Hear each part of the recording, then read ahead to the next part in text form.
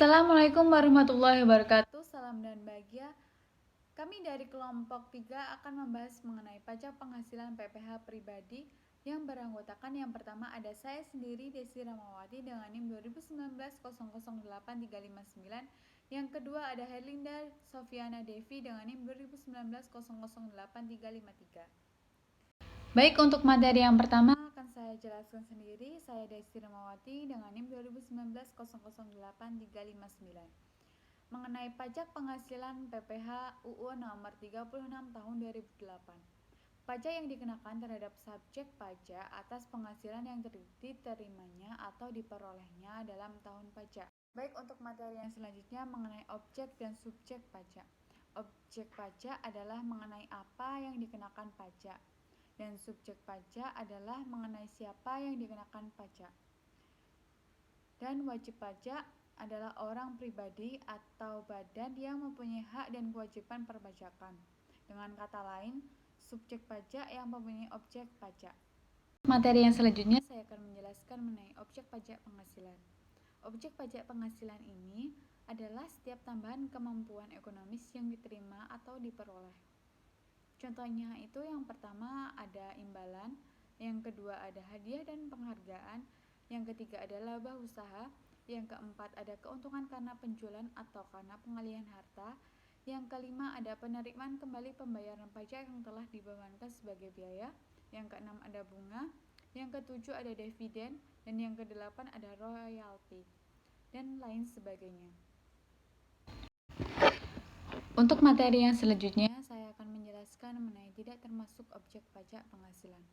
Tidak termasuk objek pajak penghasilan ini adalah bantuan atau sumbangan atau harta hibah, harta yang diterima oleh badan sebagai pengganti penyetaraan modal.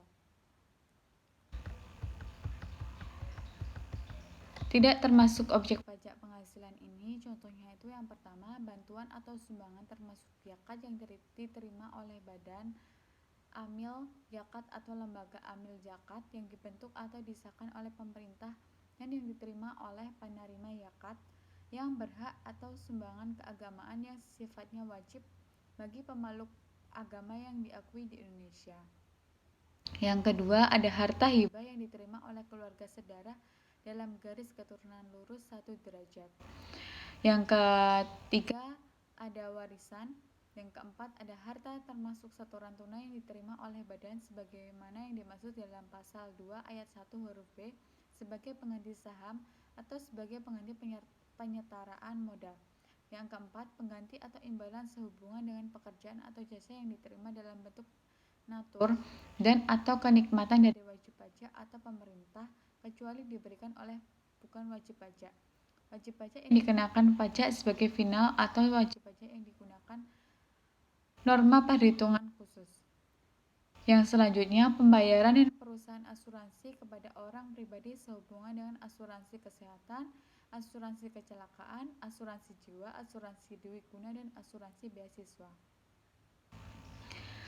Yang selanjutnya, dividen atau bagian laba yang diterima oleh atau diperoleh perseroan terbatas sebagai wajib pajak dalam negeri. Dividen berasal dari cabang laba yang ditahan, dan bagi perseroan terbatas BUMN. Baik, untuk materi yang selanjutnya mengenai subjek pajak penghasilan. Subjek pajak penghasilan diatur pada pasal 2 ayat 1 UU nomor 36 tahun 2008. Yang pertama, pada wajib pajak warisan belum terbagi, objek pajaknya penghasilan dari warisan. Lalu wajib pajak pribadi itu terbagi menjadi dua, yaitu karyawan dan pengusaha. Objek pajak dari karyawan ini adalah penghasilan dari pekerjaan. Lalu pengusaha, wajib pajak dari pengusaha ini objek pajaknya itu penghasilan dari usaha atau bisa disebut laba usaha. Lalu wajib pajak yang selanjutnya adalah PUT. Penghasilan dari objek pajaknya itu dari penghasilan dari BUT atau bisa disebut laba PUT. Wajib pajak yang selanjutnya adalah badan. Objek pajak dari badan adalah penghasilan dari usaha atau laba usaha. Baik, untuk materi yang selanjutnya saya akan menjelaskan mengenai subjek pajak penghasilan. Subjek pajak dibagi menjadi 4. Yang pertama, subjek pajak pribadi. Yang dimaksudkan di sini adalah orang pribadi sebagai subjek pajak dapat bertempat tinggal di Indonesia ataupun tidak bertempat tinggal di Indonesia. Yang kedua, subjek pajak warisan belum terbagi. Yang dimaksudkan di sini adalah warisan yang belum ditentukan ahli warisnya. Yang ketiga, subjek pajak badan.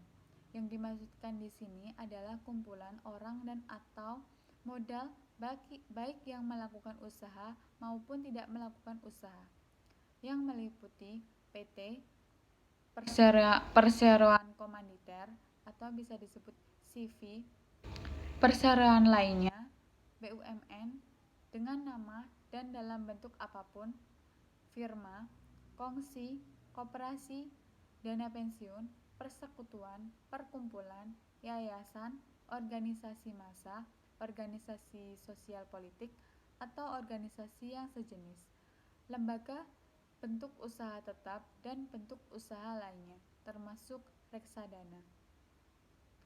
Yang keempat, subjek pajak badan usaha tetap. Bentuk usaha yang dipergunakan oleh orang pribadi yang tidak bertempat tinggal di Indonesia atau yang berada di Indonesia tidak lebih dari 183 hari dalam jangka waktu 12 bulan, atau badan yang tidak didirikan dan tidak bertempat kedudukan di Indonesia untuk menjalankan usaha atau kegiatan di Indonesia yang dapat berupa kantor cabang, bengkel, pabrik, kantor perwakilan, dan gudang. Demikian yang dapat saya sampaikan. Untuk materi yang selanjutnya akan dijelaskan oleh Mbak Erlinda. Waktu dan tempat saya persilahkan. Sebelumnya, salam dan bahagia. Perkenalkan, nama saya Herlinda Sofiana Devi, NIM 2019-008-353. Baik, di sini saya akan menjelaskan materi tentang subjek pajak penghasilan. Subjek pajak pasal 2 ayat 2 Undang-Undang Nomor 36 tahun 2018. Jadi di sini subjek pajak itu ada dua. Yang pertama, subjek pajak dalam negeri.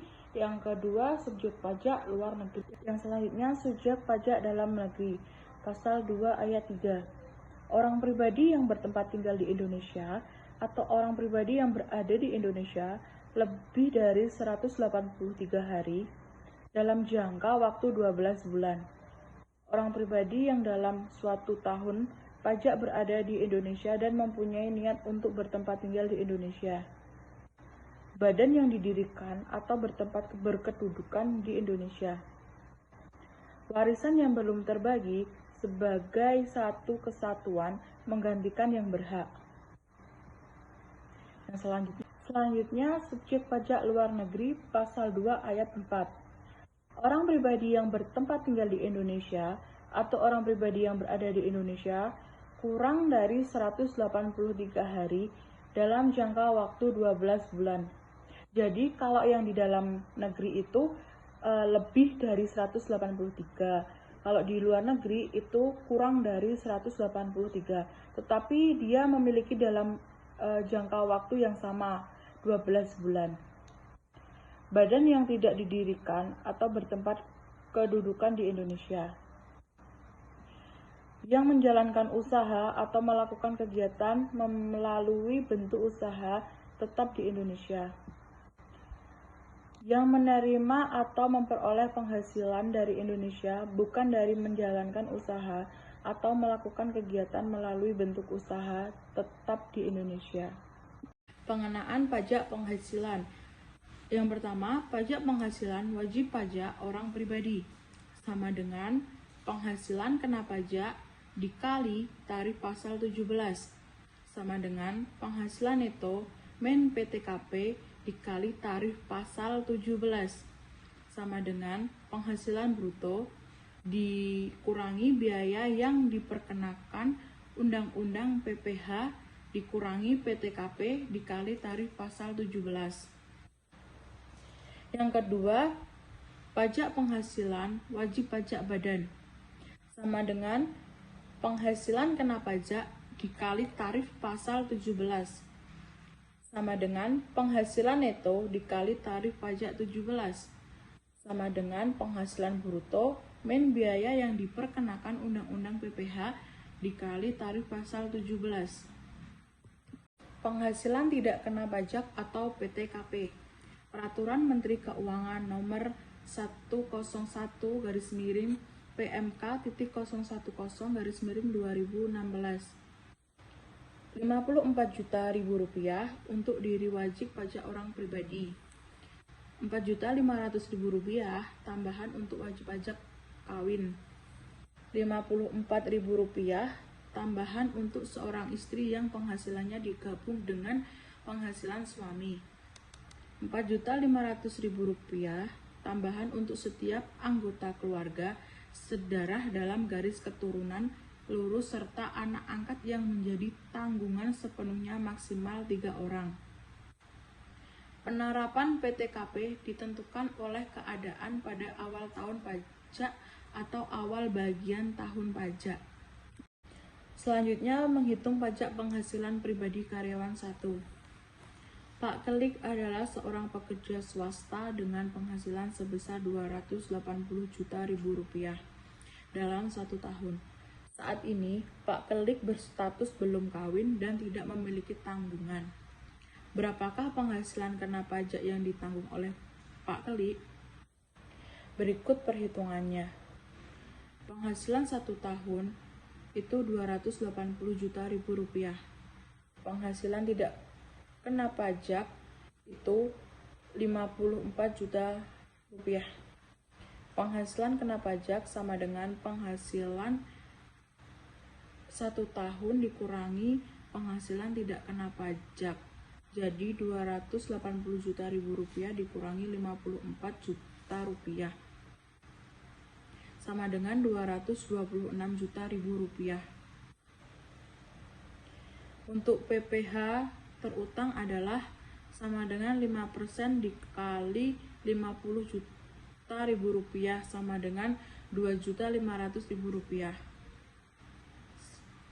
Sama dengan 15% dikali 176 juta rupiah sama dengan 26.400 juta rupiah. Jadi jumlah pajak yang harus dibayar oleh Pak Kelik adalah 2.500.000 rupiah ditambah 26.400.000